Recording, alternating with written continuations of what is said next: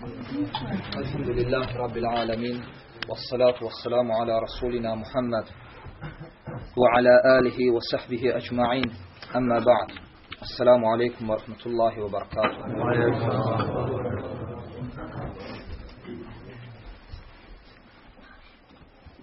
Bugünkü dərsimiz Allah Subhanahu taalanın rü'yəti barəsində olacaq. Yəni qiyamət günü Allah Subhanahu taalanın görülməsi barəsində. Və bu məsələ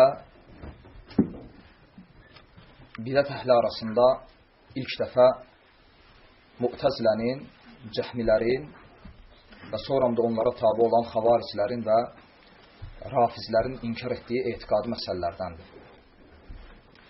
Və demək olar ki, Allah Subhanahu taalanın əsma və sifətləri məsələsində bidət əhlinin ən çox üzərlərində durduğu məsələ budur. Allahın qiyamət günü görülməsi. Yəni bidət əhli üçün ən böyük küfür Allah Subhanahu taalanın görülməsinə etiqad etməkdir. Ən böyük küfür. Yəni bidət əhlinə görə Allah Subhanahu taalanın əlinin, üzünün olduğuna etiqad eləməkdən və ya Allahın uluq sifətinə etiqad eləməkdən betəri onlara görə Allahın görülməsini isbat etməkdir. Və bunlara görə ən böyük küfürdür. Ən böyük.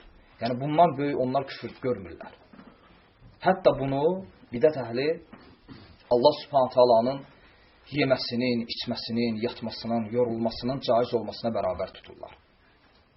Hətta bu səviyyədə. Yəni deyirlər ki, əgər əhl-i-sünnə vəl-cəma Allah Subhanahu taalanın görülməsinə etiqad edirsə, bu onun mislindədir ki, deməli onlar həmçinin Allahın yeməsini, içməsini, yatmasını da caiz bilirlər. Yəni buna bənzədirlər. Onlar üçün bu ən böyük küfürdür. Hansı ki bu məsələ Quran və sünnə ilə isbat olunmuş məsələdir. Həmçinin ağınla. Və sünnədən bunun dəlili çoxdur. Və demək olar ki, 30-a yaxın sahabə, hansı ki onların içərisində İbn Abbas, İbn Məsud, Abu Bakır, Ali, Abu Zər, Ənəs ibn Malik və qeyri sahabələr var. 30-a yaxın sahabə. Yəni hədis mütəvatirdir. Ona görə maturidilərlə əşarilər Allah Subhanahu taalanın rü'yətini inkarləməyiblər. Bu da çox qəribə haldır. Yəni maturidilər, əşarilər, hansı ki bugün fiqhdə, əməldə hənəfi olanlar etiqadda maturididir. Bugün fiqhdə Maliki olanların, Şafi olanların əksəriyyəti etiqadda əşaridir və kullabi. Onlar Allah Subhanahu taalanın əl sifətini, üz sifətini, məsələn Allahın uluq sifətini inkar edirlər. Amma çox qəribədir Allahın rü'yətini qəbul edirlər. Çox qəribə şeydir. Yəni əslində bu ziddiyyətdir. Amma rafisilər, həmçinin Mu'təzilə, Cəhmilər və demək olar ki, maturidilərlə əşarilərdən savayı başqa bidət əhli bu məsələ inkarlayır. Yəni Allahın rü'yəti məsələsində sələfin mövqeyinə ən yaxın olan maturidilərdir. Demək olar ki, sələf necə deyib, elə deyiblər. Və biraz da əşarilər. Düzdür, əşarilər biraz fərqli deyiblər. Amma rü'yəti isbat eləyiblər. Allahın görülməsini isbat eləyiblər. Və başqa bidət əhli isə bunu inkar eləyib. Və bunu ən böyük küfür sayıblar. Həmçinin buna Quran-ı Kərimdən də kifayət qədər dəlillər var. Və o dəlillərdən birincisi və ən əsası Qiyamət surası 22-ci və 23-cü ayələrdir. Hansı ki Allah Subhanahu taala buyurur: "Vucuhu yawma izin nazirah ila rabbiha nazirah." Və bu ayədə, yəni iki ayədə vucuhun yawma izin nazirah ila rabbiha nazirah. Nazirah. Bu iki ayədə 6 dənə kəlmə var. Və sən təsəvvürlə 6 kəlmənin hər birisi ayrı-ayrılıqda Allahın rü'yətini dəlildir. Məsələn, bir dənə ayə təsəvvürlə, bir ayəni sən filan bir məsələyə görə dəlil getirirsən. Hansı ki ayədə 30 dənə kəlmə var. sən ümumi olaraq ayəni filan məsələyə dəlil gətirirsən. Bu ayə isə, bu iki ayə, ümumi olaraq Allahın rü'yətinə dəlil olsa da, bu ayədə olan 6 kəlmə ki var, ayrı-ayrılıqda hər biri Allahın rü'yətinin dəlilidir. Hər biri. Və belə demək olar. Bu ayə 6 yöndən Allahın rü'yətinin dəlilidir. Və ayənin mənası belədir. Vucuhu yevmə izin nazirah. O gün, yəni məhz o gün, qiyamət günü, üzlər parlaq olacaq. Nazirah, yəni nurlanmaq, parlanmaq, yəni parlamaq deməkdir. İlə rabbihə nazirah. Və öz Rəblərinə baxacaqlar. Deməli, bu ayədə birinci dəlil, yəni ümumi ayədən əlavə, vücuhun kəlməsi. Çünki bidət əhli bu ayəni belə təvilləyib ki, bu ayədən məqsəd odur ki, qiyamət günü Allah Subhanahu taalanı qəlb gözü ilə görəcəklər. Yəni belə təvilləyiblər. Deyiblər ki, bu qəlb gözü ilə Allah Subhanahu taalanı görməyin dəlilidir. Baş gözü ilə yox. Və ayədə olan birinci kəlmə, yəni vücuhun kəlməsi, bunu inkar edən birinci kəlmədir. Çünki Allah Subhanahu taala fikir versəz demədi ki, qulubun. Quranda nə qədər ayələr var, orada məhz gəlir ki, qulubun, qəlblər. Çünki gözün məhəlli haradır? Gözün yeri. Baş. Yəni sifət, üz. Və Allah Subhanahu taala da ondan bəhs edir. Vücuhun. Yəni demədi ki, qulubun. Bu birinci dəlildir. Həmçinin ikinci dəlil, çünki insanlar görəndə baş gözü ilə görəcəklər. Yəni görməyin yeri üzdür. Və Allah Subhanahu taala məhz üzdən danışır. Həmçinin ayədə olan ikinci kəlmə yevmə izin, yəni vücuhun yevmə izin. Yevmə izin, yəni o gün. Bidət əhlinin zənni ilə götürsək, əgər buradakı görmək, qəlb gözü ilə görməkdirsə, onda bu axirətə xas deyil. Çünki qəlb gözü ilə görmək bu dünyaya da aiddir. Aydındır. Hətta məsələn, Nəhcül Bəlağədə Əlidən soruşurlar ki, sən ibadət etdiyin Rəbbini görürsən, deyir ki, mən görmədiyimə ibadət etmərəm. Qəsd nə idi? Yəni, qəlb gözü ilə görmək. Aydındır. Ona görə bu məsələdə bidət əhli əhlüsünnənə ittifaqdadır. Və bütün ümmət bu məsələdə icma eləyib ki, qəlb gözü ilə görmək axirətə xas deyil. Amma Allah Subhanahu taala axirətdən danışır. Yevmə izin, xaslaşdırıb, o gün. Deməli, bu görmək, bu rü'yət o günə xasdır. Deməli, bu ayrı bir şeydir.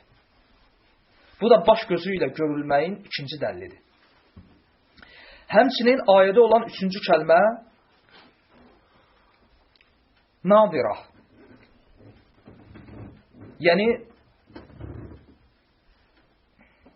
nurlanacaq, parıldayacaq. Nələr? Üzlər. Bu elə bir feildir ki, ərəb dilində qəlb üçün işlənmir. Üz üçün işlənir.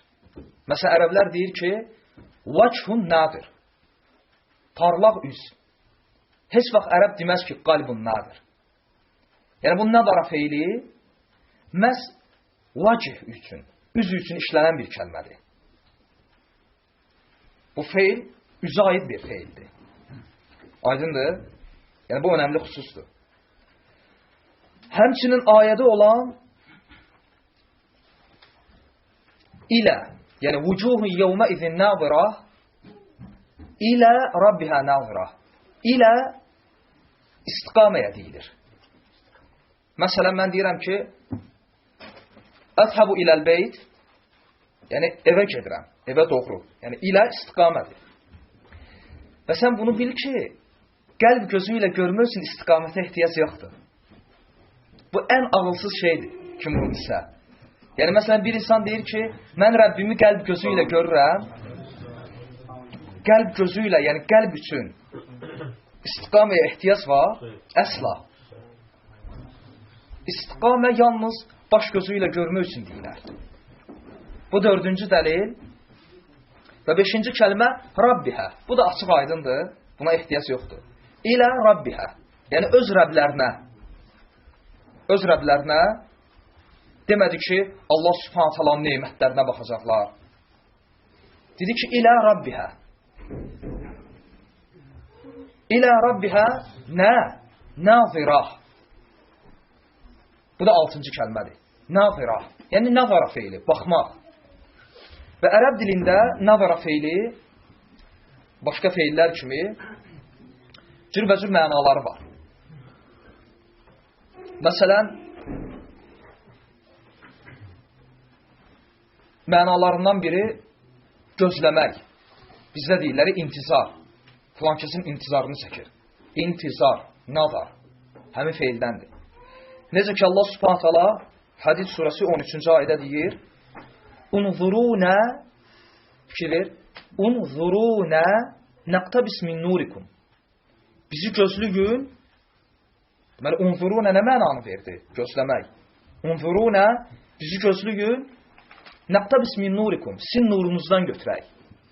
O vaxt ki, möminlərin nurunu görəcəklər, dəstəmaz əzalarında olan nuru. Və deyəcəklər ki, bizi gözləyin, sizin nurunuzdan biraz pay alaq. Deməli, nəzara feili hərfi cərsiz, hərfi cər olmadan, yəni ön qoşma olmadan, birbaşa gələndə bu mənanı verir. Necə ki ayədə, "Unzuruna" bizi gözləyin, "Naqtabis min nurikum." Hərfi cərsiz bu mənanı verdi. Həmçinin mənalarından biri fikirləşmək, təfəkkürləmək. O da nə vaxt olur? Əgər nazara feili fi hərfi cəri ilə gəlsə. Necə ki Allah Subhanahu taala A'raf surəsi 185-ci ayədə deyir: "Əvələm yanzuru fi mələkutis səmavati vəl-ard." Onlar göylərin və yerin hökmranlığı barədə fikirləşmirlərmi? Əvələm yanzuru fi. Amma ərəb dilində bir qaydadır. Nazara feili ilə hərfi cəri ilə gələndə və bu baş gözü ilə görməyə deyilir. Başqa bir ehtimal yoxdur. Kim başqa bir ehtimal gətirsə, özündən ərəb dili icad edir. Nazara feili ilə hərfi cəri ilə gələndə, yəni istiqamə bildirən hərfi cəri ilə gələndə, birbaşa bu baş gözü ilə görməyə deyilir. İkinci bir məna yoxdur və ehtimal da yoxdur. Necə ki, məsələn, Allah Subhanahu taala deyir, Ən'am surəsi 99-cu ayədə: "Unzuru ilə səmərihi əsmərə." Meyvələrə, onlar meyvə verən zaman baxın. Artıq burada nazara feili ilə hərfi cəri ilə gəldi, baş gözü ilə görməyə deyilir.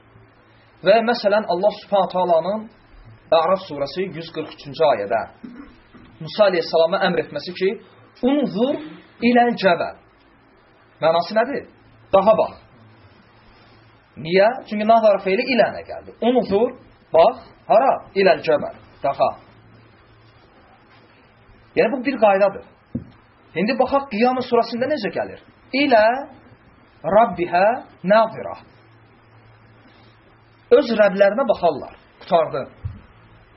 Ayə qəti, ayədir və sarih ayədir. Sarih. Yəni, açıq aydın. Çünki bidət əhli deyir ki, filan ayə mütəşabihdir.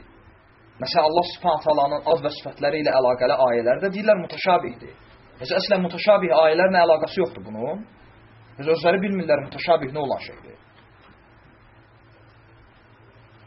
La fərz edək ki, belədir. Fərz eləyirik. Yaxşı, bu ayə nə deyirsən? Sarih ayədir, açıq aydın. Yəni, nə təbilə ehtiyacı var? Adi uşağın qabağına bu ayəni qoysan və desən ki, oxu, bu ayədən nə başa düşdün, onu mənə. Çünki muhkəm ayə nə deməkdir? Qul huvallahu əhəd. Deyək ki, o Allah təkdir. Mütəşabihdir. Niyə? Yəni, sən deyəcəksən ki, qul huvallahu əhəd. Deyək ki, o Allah təkdir. Yox, qoy gedin bunun təfsirinə baxın. İnsan belə şey deyər. Muhkəm ayədir. Vucuhu yevmə izin nazirah, ilə rabbihə nazirah. O gün üzlər, söhbət möminlərdən gedir. Sevinclərindən parlayacaq və öz Rəblərinə baxacaqlar. Öz Rəblərini görəcəklər. Qutardı. Açıq aydın ayədir. Və ayədə olan 6 kəlmə ayrı-ayrılıqda Allahın rü'yətinin dəlilidir. Bu əhl-i sünnənin Qur'andan birinci dəlilidir Allahın rü'yətinə. Həmçinin ikinci dəlil Yunus surəsi 26-cı ayədir. Allah subhanahu ta'ala buyurur: "Lillezine ahsanul husna ve ziyade." Yaxşılıq edənlərə el-husna nədir? Yəni cənnət. El-husna cənnətin adlarından biridir. Quranda çox yerdə var. El-Hadid surəsində, başqa ayələrdə də var, başqa surələrdə. Həmçinin Yunus surəsi 26-cı ayədə də belə gəlir. Lillezine ahsanu, yaxşılıq edənlər üçün nə var? El-husna, yəni ən gözəl, burada nəzərdə tutulur cənnət, yəni bu icmadır, cənnətin adlarındandır. Və ziyadə, və bir də artığı. Bütün cənnət var. Bəs artıq nədir? Müslimdə gələn hədisdə Peyğəmbər sallallahu aleyhi və səlləm bu ayəni oxuyur. Deyir ki, lillezine ahsanul husna və ziyadə. Və sonra Allah Rasul deyir. Deyir ki, cənnətliklər və cəhənnəmliklər ayrılacaq və sonra cənnət əhlinə belə səsləniləcək. Səsləniləcək ki, Allahın sizə bir sözü var, bir vədi, hansı ki onu yerinə yetirmək istəyir. Və cənnət əhli deyər ki, ya Rab, sən bizim üzümüzü ağ etmədinmi? Bizim tərəzilərimizi ağır basmadınmı? Və bizi cənnətinə salmadınmı? Və Allah subhanahu ta'alanın da vədi onlar üzərində öz rü'yəti olar. Və hicab açılar və onlar Allah subhanahu ta'alaya baxarlar və bu baxmadan daha ləzzətli bir neymət onlar üçün olmaz. Və bu İmam Müslimin rəvat etdiyi hədisdir, 181-ci hədisdir. Baxma ki, bu hədis, yəni bu ayə, yəni hədis ilə qüvvədədir, yəni şərhini tapıb, hər bir halda məntiqi cəhətdən də bunu ispat eləmək olur. Çünki biz bidət əhlinə sual verə bilərik ki, əgər möminlər üçün cənnət varsa, bəs ziyadə nədir? Bir dənə bidət əhlinə bu sualı ver. Hələm axtarıb tapa bilməyiblər ki, ayədəki ziyadə nədir? Çünki bu tək bu ayədə gəlmir. Quranda və sünnədə bu xüsusən qeyd edilir. Məsələn, Qaf surəsi 35-ci ayə. Allah subhanahu ta'ala deyir: "Ləhum mə yəşəunə fiyhə və lədəynə məzid." Orada olanlara istədikləri hər şey var. Ləhum mə yəşəunə fiyhə. Orada onlara mə yəşəunə, yəni istədikləri hər şey var. Yəni qutardı da və lədəynə məzid. Yanımızda da artığı var. Artıq bir şey. Yenə də məzid. Yəni artıq bir şeydən danışır. Necə ki, İmam Tabari təfsirində gətirir Ənəs ibn Məlikdən və Ali ibn Əbi Talibdən radiyallahu anhumədən ki, bu ayədə olan məzid, yəni artıq olan Allah subhanahu ta'alanın vəkinə baxmaqdır. Həmçinin dəlillərdən biri Əl-Mudaffifin surəsi 15-ci ayə. Allah subhanahu ta'ala buyurur: "Kəllə innəhum ən rabbihim yevmə izillə məhcubun." O gün onlar, söhbət gedir kafirlərdən, Rəblərindən pərdələnəcəklər. Kafirlər Rəblərindən pərdələnəcəklər. O da söhbət gedir yevmə izin, o gün. Və bu ayəni İmam Malik ilk dəfə, mən bildiyim qədərincə ilk dəfə bunu gətirən İmam Malik olur, dəlil kimi. Amma belə məhşur budur ki, bu ayədən ən çox dəlil gətirən Allahın rü'yətinə dair İmam Şafi olur. Hətta İmam Şafi deyərdi ki, əgər qəzəb halında Allahın düşmənləri ondan pərdələnəcəksə, bunun əks dəlili nədir? Allahın rızası halında da möminlər onu görəcək. Həmçinin dəlillərdən biri, yenə də Qurandan olan dəlildir. A'raf surəsi 143-cü ayə. Hansı ki, bidət əhli bu ayəni rü'yətin əksinə dəlil gətirirlər. Ayədə Allah Subhanahu taala deyir ki, o zaman ki Musa bizim təyin etdiyimiz yerə gəldi və Rəbbi onunla danışdı. Və Musa dedi ki, Rabbi ərini, yəni Rəbbim mənə görsən, özünü mənə göstər, ənuzur ileykə, sənə baxım, açıq aydın, ənuzur ileykə, ilənə, sənə baxım. Allah Subhanahu taala deyir ki, qalə lən tərani. Allah Subhanahu taala dedi ki, sən məni görə bilməzsən və ya görməyəcəksən. Lakin dağa bax, əgər dağ yerində dursa, sən məni görəcəksən. Və o zaman ki, Rəbbi dağa təcəlli etdi, yəni dağa göründü, dağ paramparça oldu.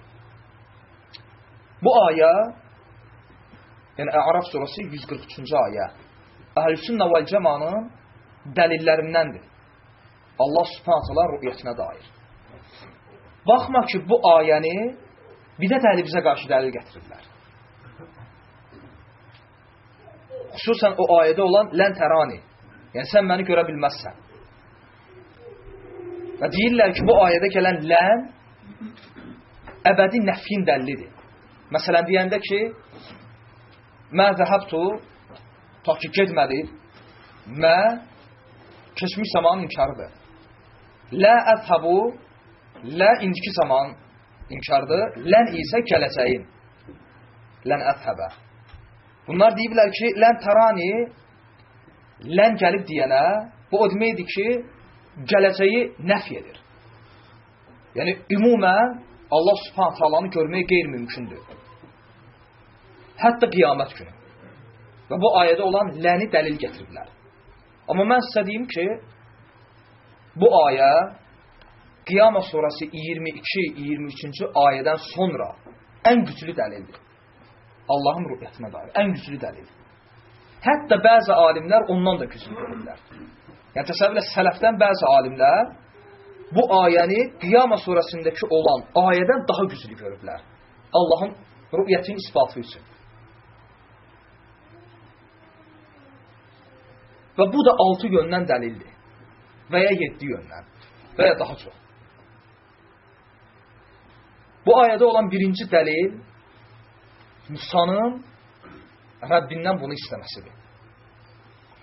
Biz bilirik ki, Peyğəmbərlər öz zamanlarında Allah Subhanahu taalanın zatı ilə, ad və sifətləri ilə, feilləri ilə bütün məxluqatdan ən yaxşı tanıyanlar idi. Və demək olar ki, Peyğəmbərlərin, necə ki İbn-i Qeym rəhməllah deyir, zaten Quran və sünnəyə baxanda da bu məlumdur. Dəvətlərinin əsası 3'dür. 1, onlar Allahı, insanları tanıdıblar, Allahın adlarını və sifətlərini. 2, onlara şəriətin əhkamlarını öyrədiblər. 3, axirət əhkamlarından danışırlar. Məsələn, cənnət, cəhənnəm əhvalları. Və necə Quran da bu 3 şeydən ibarətdir. 1, Allahın ad və sifətləri, rububiyyə olsun, uluhiyyə olsun, əsma və sifətlər. 2, şəri əhkamlar. 3, axirət məsələləri. Və sünnə də belədir. Ümumiyyətlə, din bundan ibarətdir. Deməli, Peyğəmbərlərin ən əsas vəzifələrindən biri Allahı insanları tanıtmaqdır. Və bidət əhlinə görə, yəni də qeyd edilən, bunu xüsusən bunu yəni yadda saxlayın. Bidət əhlinə görə Allahın rü'yətini tələb eləməyi qoy kənara. İnanmaq ki, Allah görüləcək, bunu da qoy kənara. Bunu ağla gətirmək onlara görə küfürdür. Və cahillikdir. Və Allahı tanımamaqdır. Yəni, məsələn, onlara desən ki, mən Allaha dua edirəm. Ya Rab, qiyamət günü özünü mənə göstər. Səni görmək istəyərəm. Yəni, vəçinə baxmaq şərəfindən məni məhrum etmə. Onlar sənə deyər ki, sən insanların ən cahilisən və ən kafiri.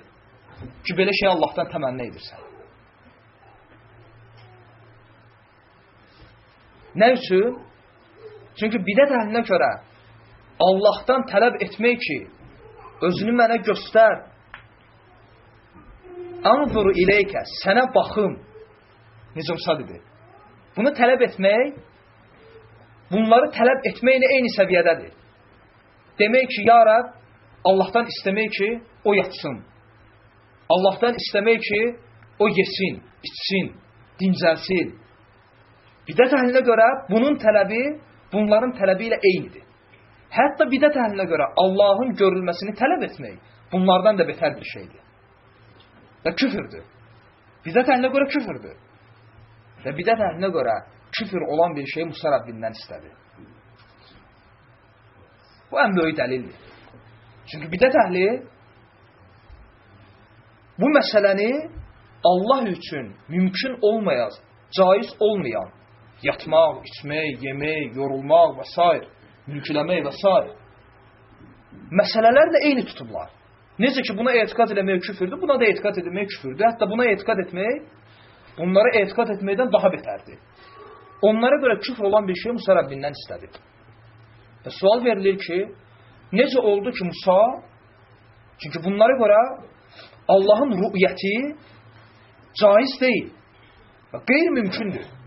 Və necə ola bilər ki, insanlar içərisində öz zamanında hər kəsdən Rəbbini ən yaxşı tanıyan Musa, Rəbbindən qeyri-mümkün bir şey tələb edir. Qeyri-mümkün. Yəni Allahın zatı üçün bu qeyri-mümkündür. Və Musa istədi. O da deyir ki, anzur ileykə. Özünü mənə göstər, sənə baxım. Allahu akbar. Bidət əhlinə görə bu ən cahilcəsinə və ən küfrü sözdür. Bu birinci dəlildir. Yəni Musanın Rəbbindən bunu tələb eləməsi ən birinci dəlildir. Və ayədə olan ikinci dəlil nədir? Allah Subhanahu Taala'nın bu istəyə görə Musanı qınamaması. Məsələn, İbrahim əleyhissalam öz atası üçün bağışlanma diləyəndə və Nuh əleyhissalam öz oğlu üçün. Allah Subhanahu Taala nə dedi? Qınadı. Yəni o an peyğəmbərlərin istəklərində olan səhvi düzəltdi. Çünki peyğəmbərlər Allah Subhanahu Taala'nın nəzarəti altındadırlar. Ona görə məsumdurlar. Çünki məsum demək, o demək deyil ki, yəni xətasız. Bəziləri elə başa düşüblər ki, məsum o deməkdir ki, qüsursuz. Xeyr. Qüsursuz olan yalnız Allahdır. Bir şəxs bəşərdirsə artıq qüsur var onda. Subhanallah, Subhan Rabbiyəl A'la, Subhan Rabbiyəl Azim nə deməkdir? Bütün qüsurlardan münəzzəh olur. Bütün qüsurlardan münəzzəh olan Allahdır. Və bu dəlildir ki, məsumluq bütün qüsurlardan münəzzəh olmaq demək deyil. Məsumluq nədir? Məsum xəta eləyə bilər. Amma xətası Allah Subhanahu taala tərəfindən düzəlir. Ona görə biz deyirik ki, peyğəmbərlər məsumdur, yəni xətasızdır risalətlərində, yəni öz təbliğlərində, bəşər olaraq yox. Bəşər olaraq xəta edə bilərlər. Aydındır?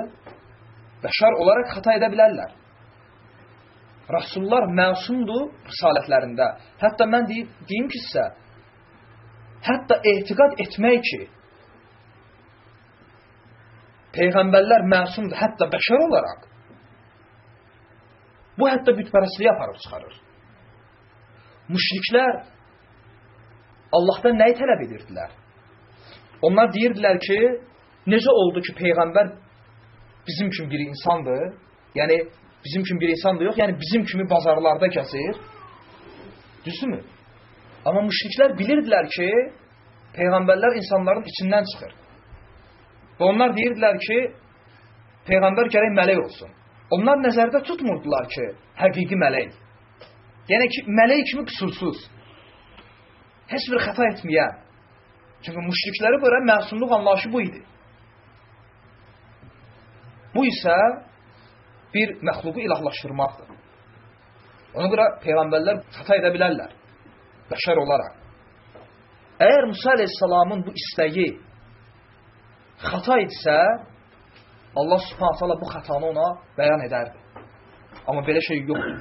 Quranda belə şey görə bilməzsən. Bu ikinci dəlildir. Dəlildir ki, deməli Musanın əleyhissalamın istəyi xəta deyildi. Haqq istəyildi. Yəni Allah Subhanahu taalanın zatı barəsində rü'yət, görülmə caizdir. Üçüncü dəlil Allah Subhanahu taalanın bu sözü. Lən tərani. Yəni məni görə bilməzsən. Allah Subhanahu taala demədi ki, mən görülən varlıq deyiləm. Və ya görülmə, rü'yət mənim üçün caiz deyil. Bu iki kəlmə arasında fərq var. Necə ki İbn Əbil-İz rahmetullah aleyh Tabi'in şərhində bir misal gətirir. Deyir ki, məsələn mən əlimdə, arxamda bir dənə alma tutsam, alma, hansı ki alma yiyilir və qabağımda olan onun nə olduğunu bilməsə və mənə desə ki, onu mənə ver, yeyim. Həqiqətdə o nədir? Yiyilə biləcək bir şeydir. Sən onu ona vermək istəməsən, nə deyərsən? Deyərsən ki, sən bunu yiyə bilməzsən və ya bunu sənə vermərəm. Belə. Düzdürmü? Deyə bilməzsən ki, bu yiyiləcək bir şey deyil. Çünki yiyiləcək bir şeydir. Fəqət deyərsən ki, sən bunu yiyə bilməzsən. Sənlik deyil. Amma indi bunun əksini götürək. Yiyilə bilinməyəcək bir şey tutsam əlimdə, məsələn daş. Biri mənə desə ki, ver onu yiyeyim, ona verilən doğru cavab nədir? Bu yiyilən bir şey deyil. Çünki iki cavab arasında fərq var. Allah Subhanahu taala demədi ki, mən görülən varlıq deyiləm. Allah Subhanahu taala dedi ki, sən məni görə bilməzsən. Bu özü Allahın görülməsinin ən açıq dəlilidir. Ən açıq. Deyir ki, lən tərani, sən görə bilməzsən məni. Bu özü dəlildir ki, Allah görülən varlıqdır. Bu üçüncü dəlildir. Dördüncü dəlil lap dəhşətdir. Allah Subhanahu taala deyir, lən tərani, sən məni görə bilməzsən, açıq aydın dəlildir ki, Allah görülən varlıqdır. Və lakin, amma, deməli, məsələnin amması var. Məsələnin amması var. Yəni, Musa niyə görə bilməz? Unzur iləl cəbəl, dağa bax. Əgər dağ yerində dura bilsə, sən məni görəcəksən. Sən məni görəcəksən. Fəsavfə tərənə, sən məni görəcəksən. Deməli, Allah görülən varlıqdır. Deməli, Allah Subhanahu taala görülməsini nəyə bağladı? Dağın yerdə dura bilməsinə.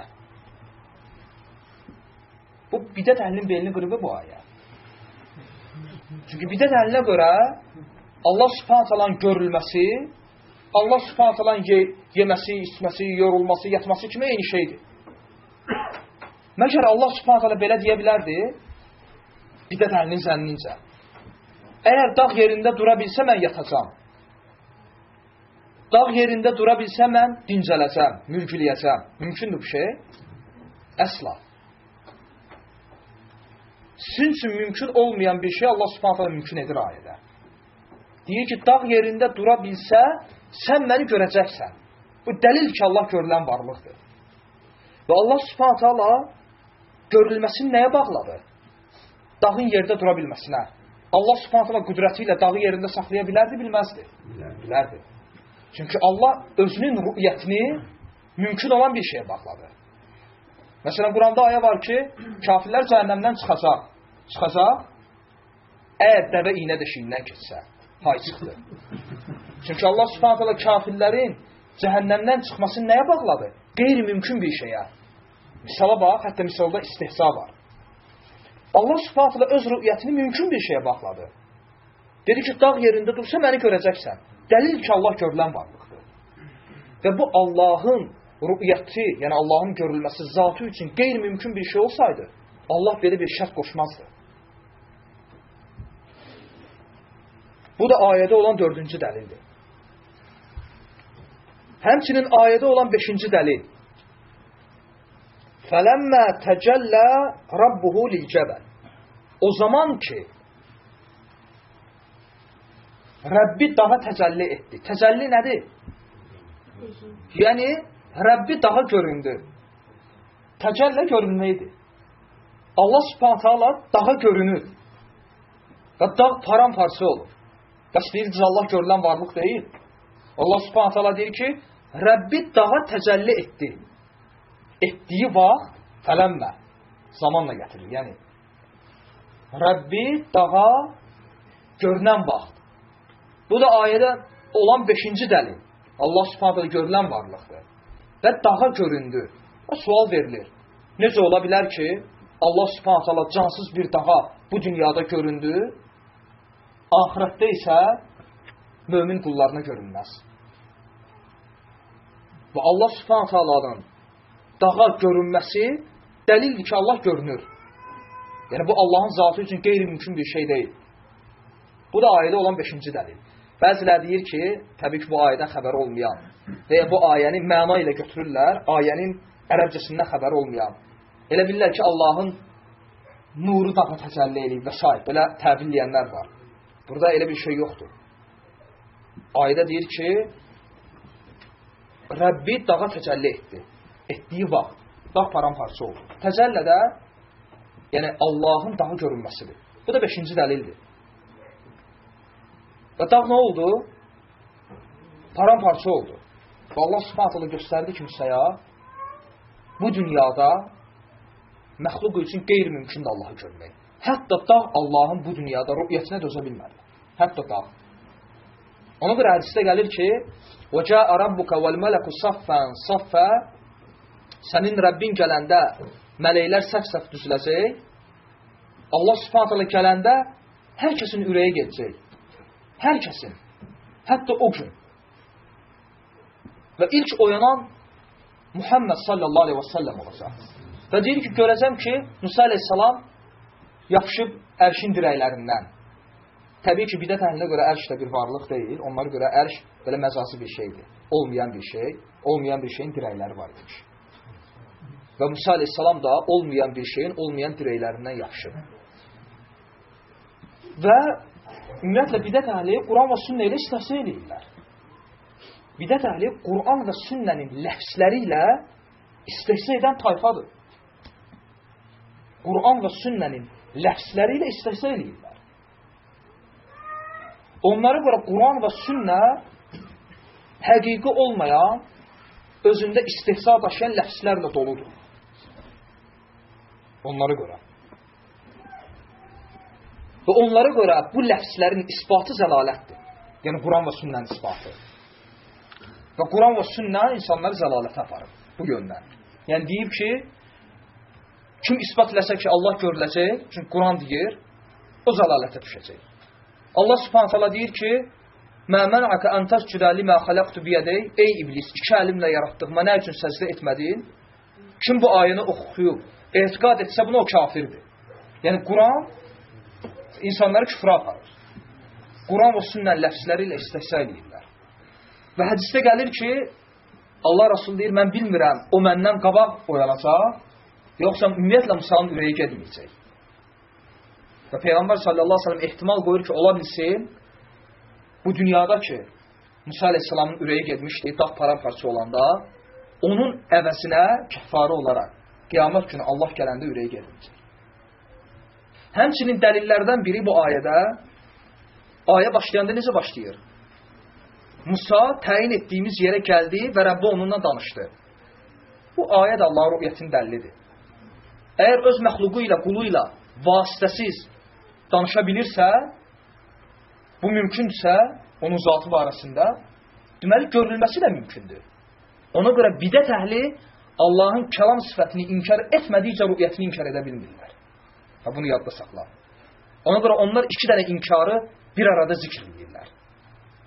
Onlar Allahın kəlam sifətini inkar etmədikcə rü'yəti inkar edə bilmirlər. Ona görə birinci Allahın kəlam sifətini inkar edirlər, sonra keçirlər rü'yətə. Onlara görə Quran məcazla doludur. Yəni onlara görə, məsələn, Musa təyin edilən vaxtda gəldi və Allah onunla danışdı. Hətta başqa ayədə və kəlləməllahu Musa təklimə məf'ulül mutlaq ilə. Rəbbi onunla sözlə, kəlamla danışdı. Onlara görə yox, Allah ona danışmıyor. Bu məcazdır. Buna etiqad etməyim belə. Və sonra Musa Rəbbindən istədi ki, Allahı görsün. Bu da qeyri-mümkündür. Yəni, onlara görə Quran qeyri-mümkün şeylərlə doludur. Və yaxşı, onların şübhəsi ki, lən tərani, yəni lən əbədiyyəti nəfi üçün gəlib, yəni hətta qiyamət günü də heç kəs onu görməyəcək. Bu, ərəb dilçiliyində yəni batil bir şeydir. Həmçinin Quranla. Məsələn, Bəqərə surəsi 95-ci ayədə Allah subhanahu ta'ala kafirlərdən danışanda, münafiqlərdən deyir ki, وَلَنْ يَتَمَنَّوْهُ əbədə. Onlar ölümü təmənni etməzlər, istəməzlər, əbədiyyən. Hətta əbədə, hətta gücləndirir. Bu ayədə də yətəmənnəvhu, ölümü istəməzlər, nəyinə gəlib? Lən. Və lən yətəmənnəvhu əbədən. Onlar ölümü heç vaxt istəməzlər. Ayə tərcüməsi belədir. Bir də dəlinə görə bu ayə lən ilə gəlibsə, əbədiyyəti inkardırsa, deməli kafirlər axirətdə də ölümü istəməyəcəklər. Amma bunun əksi Quranda doludur. Quranda nə qədər ayələr var ki, kafirlər qiyamət günü ölümü istəyəcək. Nəinki ölmə, hətta deyəcəklər, kəş ki torpaq olaydıq. Və məsələn, Zuhruf surəsi 77-ci ayədə cəhənnəmin başçısı Malikə deyəcəklər ki, Rəbbinə dinən bizim işimizi bitirsin, öldürsün bizi. Hətta nəinki ölüm, hətta necə Nəbə surəsində gəlir. Hətta deyəcəklər ki, kəş ki torpaq olaydıq. Deməli, axirətdə ölümü istəyəcəklər. Amma Bəqərə surəsi 95-ci ayədə deyir ki, وَلَنْ يَتَمَنَّوْهُ əbədən. Ölümü heç vaxt istəməyəcəklər. Lənlə gəlib. Söhbət bu dünyaya aiddir. Axirətə yox. Ona görə ayədə olan lən tarani, sən məni görə bilməzsən, bu dünyaya aiddir. Aydındır? Ona görə bu ayə Vucuhu yevmə izin nazirah ilə Rabbihə nazirah ayəsindən sonra hətta bəzi sələflərə görə o ayədən də qabaq Allah subhanahu ta'alanın görülməsinin ən güclü dəlilidir. Hansı ki, bidət əhli bunu əhl-i sünnətə qarşı gətiriblər. Əslində, yəni öz lehlərinə yox, əleyhlərinə olan dəlil deyil. Həmçinin dəlillərdən biri yenə də Qurandan Allahın rü'yətinə aid. Dəlillərdən biri bu dəlili bidət əhli eşitsə dəli olacaq. Lə tudrikuhul əbsar və huvə yudrikul əbsar. Gözlər onu dərk etməz, o gözləri dərk edər. Dinləyən deyəcək, bu neyniyir? Bu dəlili, bu ayəni biz dəlil gətiririk. Bu isə deyir, bu ayə bizim dəlilimizdir. Bidət əhli bu ayəni bizə qarşı dəlil gətirirlər. Özlərinin də xəbəri yoxdur ki, bu ayə öz əleyhlərinə və Allahın rü'yətinin isbatı üçün açıq aydın dəlildir. Açıq aydın. Lə tudrikuhul əbsar və huvə yudrikul əbsar. Ən'am 103. Gözlər onu dərk etməz, o gözləri dərk edər. Məgər Allah subhanahu ta'ala dedi ki, gözlər onu görməz. Dedi, gözlər onu dərk etməz. Kim deyər, idrak ilə rü'yət arasında fərq nədir? Rü'yət görməyə deyilir. İdrak isə görülən bir şeyin dərk edilməsinə deyilir. Və Allah subhanahu ta'ala burada fikir verin. Nəyin idrakından danışır? Ağlın yoxsa gözlərin? Ağlın. Yox. Lə tudrikuhul əbsar. Gözlər onu dərk etməz. Allah subhanahu ta'ala ağlın idrakından danışmır ki. Gözlərin idrakından danışır. İdrak, məsələn, mən bir şeyi görürəm, gördüyümü ya dərk edirəm, ya dərk etmirəm. Haqqı ilə. İdrak, rü'yətdən sonradır, yoxsam qabaq? Sonra. Söhbət əgər gözün idrakından gedirsə. Çünki gərək birinci görəsən, sonra idrakdan danışaq. İdrak etdi, etmədi. Lə tudrikul əbsar. Gözlər onu dərkiləməyəcək. Bu dəlildir ki, görəcək, amma dərkiləməyəcək. Açıq aydın dəlildir. Açıq aydın. Çünki Allah Subhanahu taala gözlərin dərkindən danışır. Gözlərin dərkindən. İdrak rü'yətdən sonradır. Söhbət gedir gözün idrakından. Çünki Allah Subhanahu taala ağlın idrakından danışmır axı. Gözün idrakından danışır. La tudrikuhul absar. Gözlər onu dərkiləməyəcək. Aydındır? Ona görə gözün idrakı rü'yətindən sonradır. Bu ayə dəlildir ki, gözlər onu görəcək, fəqət dərkiləməyəcək. Haqqı ilə dərkiləməyəcək. Hətta bu məsələdə də acizdir. Həmçinin yenə də Qurandan dəlil. Allah Subhanahu taala rü'yətinə aid. Düzdür, bu ayəni sələflərdən bəzi alimlər dəlil olaraq irəli sürüblər, bəzi alimlər dəlil olaraq qeydləməyiblər. Onun da səbəbi nədir? Səbəbi məhşərdə hesab vaxtı Allah Subhanahu taala möminlər görəcək, yoxsa möminlərlə yanaşı münafiqlər, kafirlər də görəcək ya yox? Bu məsələdə sələfin üsrəyi var. Bəzi alimlər deyib ki, qiyamət günü Allah Subhanahu taalanı yalnız möminlər görəcək. Çünki Allahın rü'yəti iki hissəyə bölünür. Biri var məhşərdə, وَجَاءَ رَبُّكَ وَالْمَلَكُ صَفًّا صَفًّا, sənin Rəbbin gələndə mələklər səf-səf düzüləcək. Hesab vaxtı Allahın rü'yəti, ikincisi də cənnətdə olan rü'yət. Hansı ki, o artıq neymətdir. Daha doğrusu neymətlərin ən əzəmətlisi. Alimlərdən bir qismi və ya əksəriyyəti deyib ki, məhşərdə, həşr vaxtı, hesab vaxtı yalnız möminlər Allah'a görəcək. İkinci rəy odur ki, möminlərlə yanaşı münafiqlər görəcək. Və niyə münafiqləri möminlərlə bu məsələdə bir eləyiblər? Çünki axirət məsələlərində, bu da Allahın hikmətindəndir, bəzi məsələlərdə münafiqlər möminlərlə bir olacaqlar. O da bu dünyada zahirən müsəlman kimi göründüklərindən ötürü. Məsələn, sual verirəm. Möminlərin dəstəmaz əzalarından ötürü nurları olacaq, olmayacaq? Olacaq. Necə hədisdə gəlir ki, sıratdan keçəndə nur sönəcək. Fikir verdin? Yəni, bu məsələdə şərik oldular. Amma sıratdan keçəndə nur sönəcək. Və həmçinin o hədis ki var, Peyğəmbər sallallahu aleyhi və səlləm deyir ki, qiyamət günü mən hovuzumun başında öz ümmətimi gözləyəcəm və görəcəm ki, mələklər bir qisim insanları qovacaq. Və hədisdə gəlir ki, o mələklərin qovduğu adamlar Peyğəmbər sallallahu aleyhi və səlləmin tanıdığı şəxslər olacaq. Rafislər bunu sahabilər üçün gətirirlər. Bunun sahabilərlə əlaqəsi yoxdur. Mən bu bir dərsimdə geniş açıqlamışam. O hədisin başqa rəvayət yolları var. Hansı ki, o rəvayət yollarında gəlir ki, Peyğəmbər sallallahu aleyhi və səlləm onları üzlərindən şəxsən görüb tanımayacaq. Bu önəmli məsələdir. Onları əlamətlərlə tanıyacaq. O da ki, dəstəmaz əzalarında olan nur əlaməti. Aydındır. Hər bir halda üçüncü rəydə budur ki, möminlərlə yanaşı bütün insanlar, yəni münafiqlər olsun, kafirlər olsun, onlar da Allah Subhanahu taalanı hesab vaxtı görəcəklər.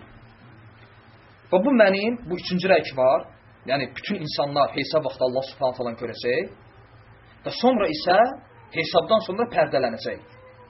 Bu şəxsən mənim özümün öz şəxsim, yəni adına seçdiyim rəydir.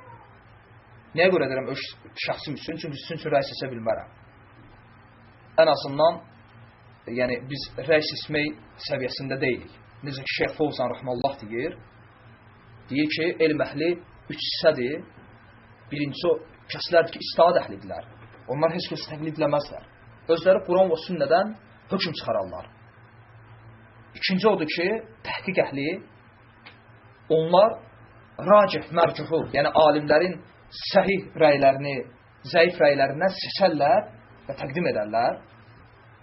Və üçüncü də odur ki, nəql əhli, hansı ki, alimlərin, bu ikinci qrup olan alimlərin rəylərini insanlar təqdim edərlər.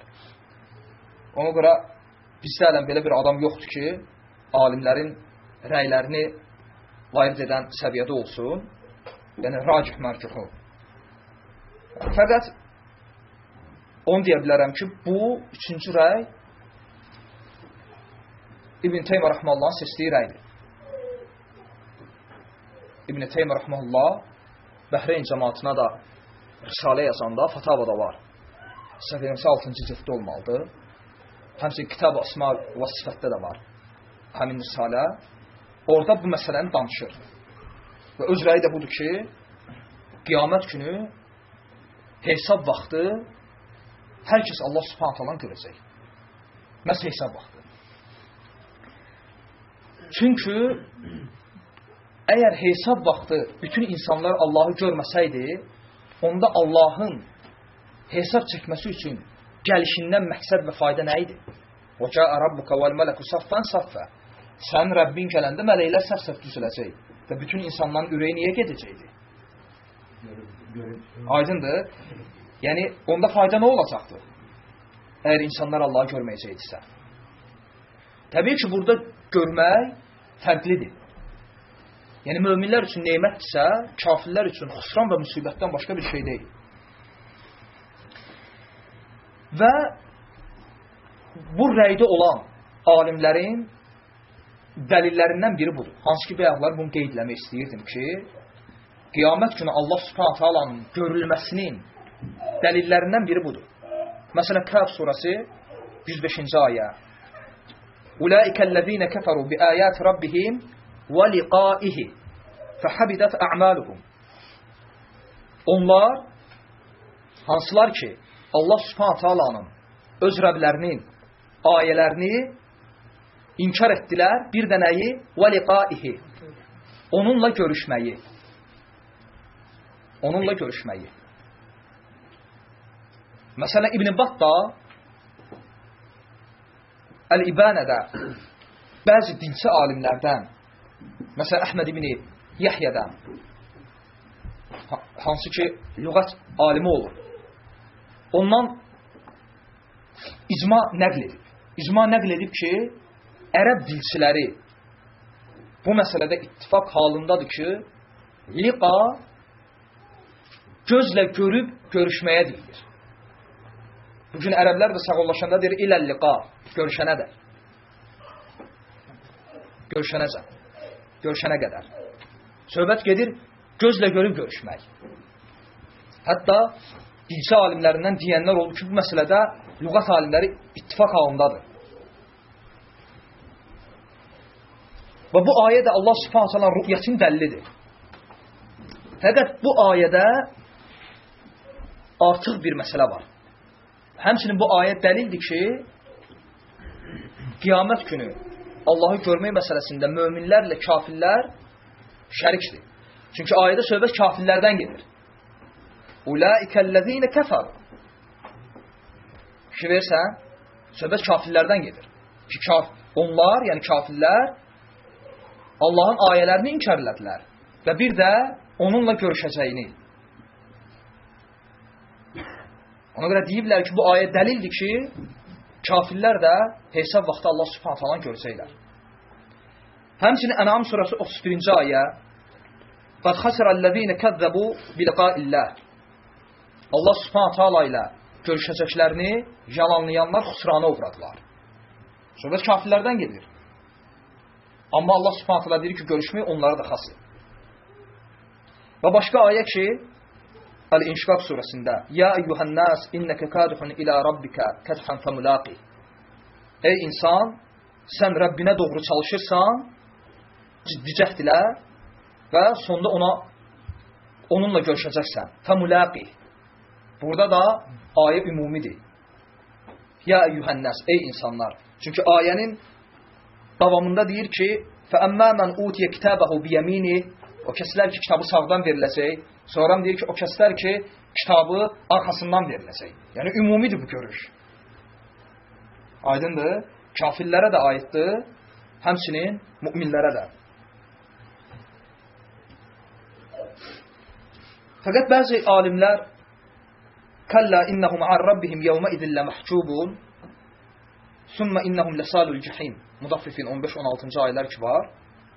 O ayəni dəlil gətiriblər ki, bu ayə dəlildir ki, hesab vaxtı kafirlər Allah subhanahu ta'ala görə bilməyəcəklər. Niyə?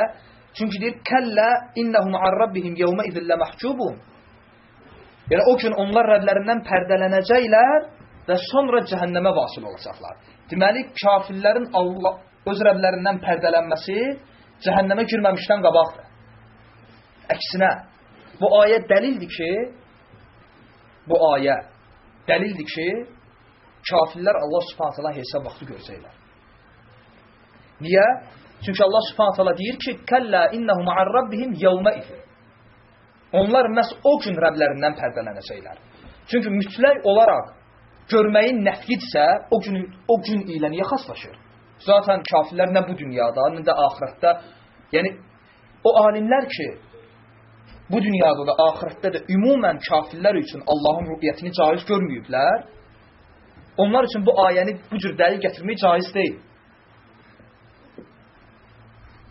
Çünki burada söhbət gedir, yevmə idin, məhz o gün pərdələnəcəklər. Yəni görəcəklər, sonra pərdələnəcəklər. Yoxsa orada yevmə idinin faydası olmazdı. Aydındır? Çünki zaten əgər mən etiqad edirəmsə ki, bu dünya, axirət fərqi yoxdur, Allahın rüqyəti kafirlər üçün mütləq olaraq caiz deyilsə, məhz o gün kafirlərin rəblərindən pərdələnməsinin mənası olmazdı. Aydındır? Deməli, bu dəlildir ki, görəcəklər, sonra pərdələnəcəklər. Bunun dəlili hardadır? Sünnədə. Abu Hureyrədən, Abu Said Əl-Xudridən dəlillər var, Müslimdə və başqa hədis kitablarında ki, burada liqa, görüşmək həm möminlərə xasdır, həm də kafirlərə. Və sonra kafirlər rəblərindən pərdələnəcəklər. Çünki həmin hədisdə gəlir ki, Allah subhanahu ta'ala kafirləri deyəcək, hesab vaxtı. Siz mənimlə görüşəcəyinizi yalan hesab edirdiniz, yoxsa doğruluyurdunuz. Deməli, görüş, liqa, kafirlərə də aid olacaq. Aydındır. Və həmçinin Buxari və Müslimdə olan bu hədis. Hansı ki, İmam Buxari 7443-cü nömrəli hədisdə, Müslimdə 1016-cı hədisdə nəql edib. Hədisdə gəlir ki, Peyğəmbər sallallahu aleyhi və səlləm buyurur, sizlərdən hər bir kəs, istisnasız hər bir kəs öz Rəbbi ilə danışacaq, söhbət hesab günündən gedir. Və Rəbbi ilə onun arasında nə bir tərcüməsi, nə də bir hicab olacaq. Yəni, pərdələnməyəcəklər. Buxari və Müslimi ittifaqla rəvat elədiyi hədisdir.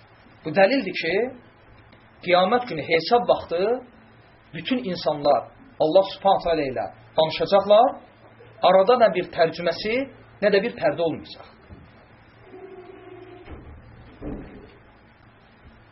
Hədisdə gəlir ki, arada bir hicab olmayacaq, pərdə olmayacaq ki, onları pərdələsin. Ayədə gəlir ki, Kəllə innəhum ən rabbihim yevmə idillə məhcubun. O gün onlar rəblərindən pərdələnəcəklər. Hesabdan sonra. Çünki hədisdə gəlir ki, Rəbbi ilə hər kəs danışacaq, arada nə bir pərdə, nə bir tərcüməsi olmayacaq. Aydındır? Və rüqyət ilə əlaqəli başqa bir məsələ var. Ona görə bir şey də qeyd edeyim. Məsələn, İmam Barbahari rəhmətullah aleyh Şərh-ü Sünnədə 42-ci səhifədə deyir ki, وَالْإِيمَانُ بِالرُّؤْيَةِ يَوْمَ الْقِيَامَةِ Həmçinin qiyamət günü demədi cənnətdə. Yəni, rüqyəti ümumi qiyamət gününə aid elədi. Yəni, hesab vaxtı Allah subhanahu ta'alanı görməyə iman edirik. Hansı ki, Allah subhanahu ta'ala baş gözü ilə görüləcək və o insanlardan hesab çəkəcək tərcüməsiz və hicabsız. Arada bir pərdə olmadan, birbaşa. Və başqa bir məsələ, o da bu dünyada Allah Subhanahu taalanın görülməsi caizdir ya yox. Bütün ümmət icma eləyib ki, Allah Subhanahu taalanın bu dünyada görülməsi caiz deyil. Və necə ki, Ayşə radiyallahu anhə deyir ki, kim bu dünyada Muhammedin Rəbbini gördüyünü iddia etsə, o yalancıdır. Niyə görə Ayşə belə deyir? Çünki sələflərdən bəzilərindən gəlib ki, Peyğəmbər sallallahu aleyhi və səlləm Meyrac vaxtı Allah Subhanahu taalanı görüb. Bu da İbn Abbasdan nəql olan iki rəvayətdən biridir.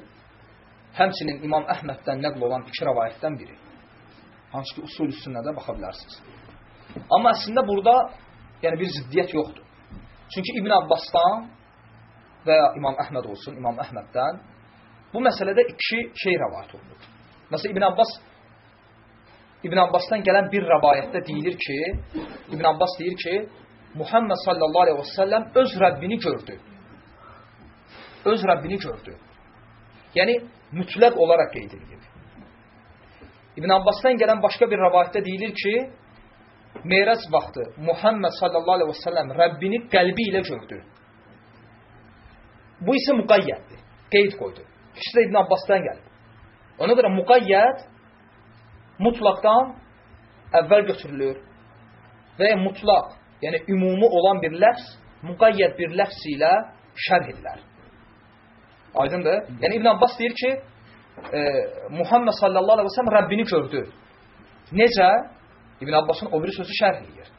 Qəlbi ilə. İkisi də İbn Abbasdan gəlib, ikisi də səhihdir. İmam Əhməddən gələn nəqillər də bu cürdür. Və bunun açıq aydın dəlili də Abu Zərin radiyallahu anhunun rəvat elədiyi hədis. Çünki Peyğəmbər sallallahu aleyhi və səlləm Meyracdan gələndən sonra sahabələr, həmçinin Abu Zər soruşdu. Dedi ki, Rəbbini gördünmü?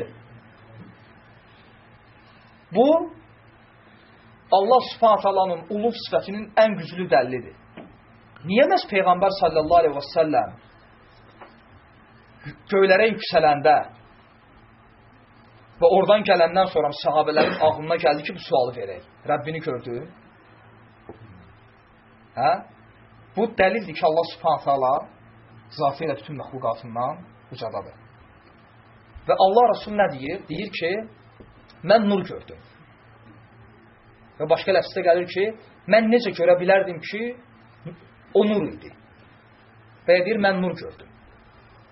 Bu dəlildir ki, o Allah Subhanahu taalanı görmüyor. Niyə? Bu dəlildir ki, Muhammed sallallahu aleyhi və səlləm Rəbbi ilə danışanda arada pərdə var idi. Allah Subhanahu taala hicabı. Çünki Allah Subhanahu taala hicabı nədir? Nur. Və o da deyir ki, mən nur gördüm. Allah Subhanahu taala görmüyor. Deməli, Peyğəmbər sallallahu aleyhi və səlləm ilə Allahın rü'yəti arasında pərdə var idi. Allahın hicabı hansı ki o nur idi. Aydındır? Doğrusunu Allah bilir. Subhanallah.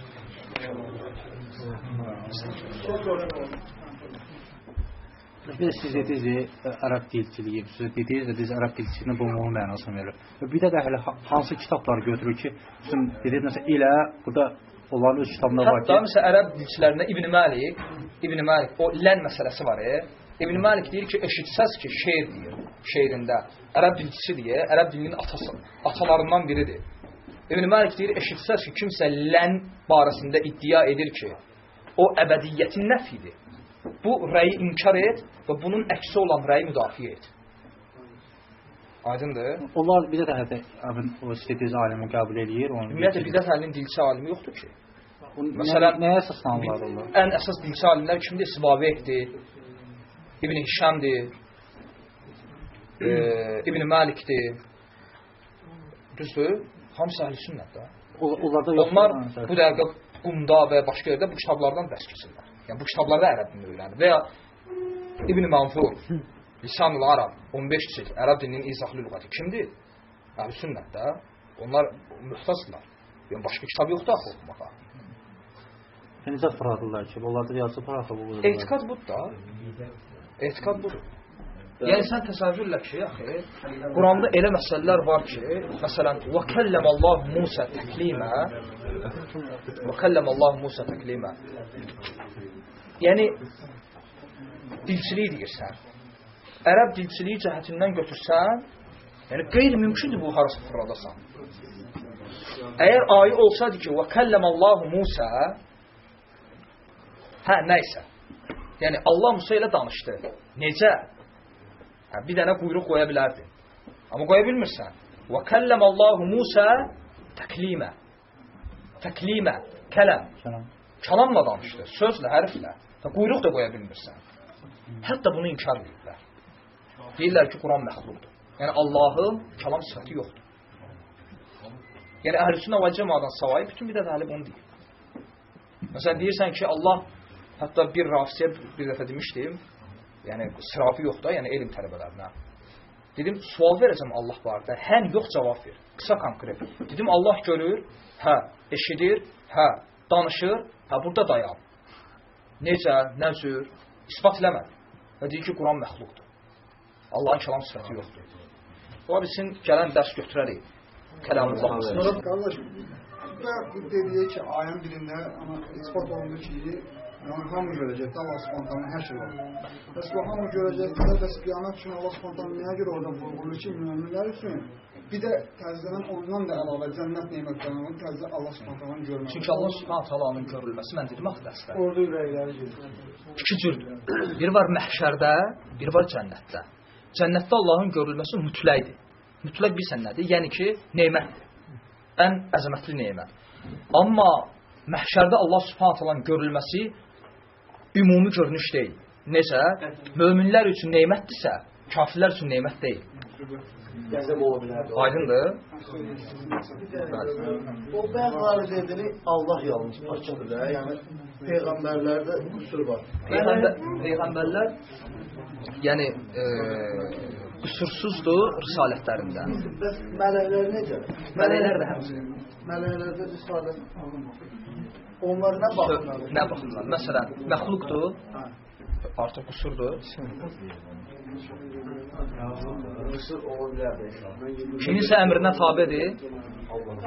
Asili etmir onlarda yəni. Qüsur tək asili ilə ölçülmür ki. Mən nə ilə ölçülür? Qüsur çox şeydir. Məxluq olmaq özü qüsurdur. Xaliqə nisbətdə. Və məsələn, əmir alana nisbətdə, yəni amirə nisbətdə mə'mur, yəni əmir alan qüsurludur. Çünki kimdənsə əmr alır. Allah Subhanahu ayədə deyir, nə deyir? Allahın gördüyü işlər barədə sorğu-sual olunmaz. Amma bütün yaranmışlar etdiyi işlər barədə sorğu-sual olunmaz. Bunun özü elhamdülillah elə olsun. Cənnətdə Allah Subhanahu məmnun olacaq ki, bir gün görəcək. Ola bilər hər gün görə. Belə bir hədis var. Hədisdə gəlir ki, yəni möminlər Allah Subhanahu cümə günləri görəcək. Yəni belə hədis gəlir. O hədis Müslimdə də gəlir.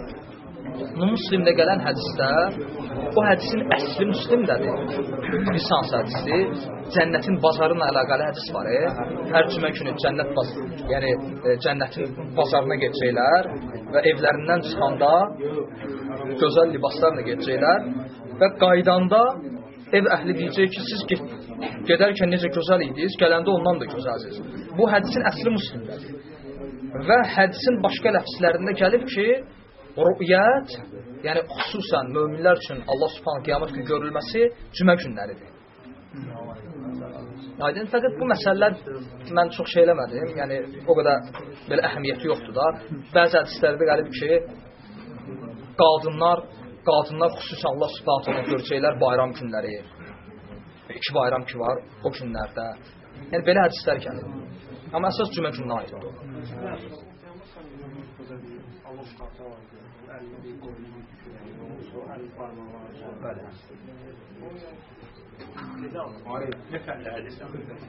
Qardaş, bir dənə bunu bilin ki, yuxuda bir şeyi görmək hökmə bağlanmır. Yəni yuxu həqiqət deyil. Başa düşürsən? Yuxu həqiqət deyil. Və məsələn, Peyğəmbər sallallahu aleyhi hədislər var ki, Allah Rasulü yuxuda Rəbbini görüb. Və bu, mən sual verirəm, gözünə görüb? Deyəcəksiniz, yox, çünki yuxuda görüb. Yaxşı, yuxu, yəni həqiqətdir. Aydındır. Ona görə fəqət biz isbat edirik ki, görüb. Amma artıq keyfiyyətinə varmırıq, çünki yuxu biz bilmirik axı keyfiyyətini. Bu necə olur, bu nə cür olur. Aydındır. Fəqət Peyğəmbər sallallahu aleyhi ve sellem deyib ki, mən Rəbbimi yuxuda ən gözəl şəkildə gördüm. Və necə ki, İmam Bərbəhar Şərh-ü Sünnədə deyir ki, və biz də tabeyik. Yəni, bu belə deyək də, bu hədis mutaşabih olan hədislərdəndir. Yəni, mutaşabih qisminə daxildir. Aydındır. Mutaşabih, yəni, mühkəm deyil. Məsələn, necə ki, Allah subhanahu ta'ala deyir ki, Allah Adəmi öz surətində xəlq etdi. Allah Adəmi öz surətində xəlq etdi. Alə surətihi. Necə Şeyx Hüseyin Rəhməllah deyir. Deyir ki, bu hədis mutaşabihdir. Mutaşabihdir və ehtiyacı var ki, bu ayənin, yəni şərhə ehtiyacı var. Daha doğrusu bu hədisin. Və şərhlərdən biri nədir? Allah Adəmi öz surətində xəlq etdi. Alə surətihi. Yəni, Allah burada surəti özünə izafə edib. Amma biz bilirik, Allah üçün şəkil nisbət edilməz. Bu ona bənzəyir, necə ki, Beytullah, Nəqatullah, Abdullah, Allahın qulu, Allahın dəvəsi, Allahın evi. Düzdürmü? Və bu izafələrə baxanda bunlar hamısı nələrdir? Məxluqlar. Çünki izafət Allaha Quran və sünnəti iki növdür. Var məxluqun Allaha izafəti, Nəqatullah, Beytullah kimi.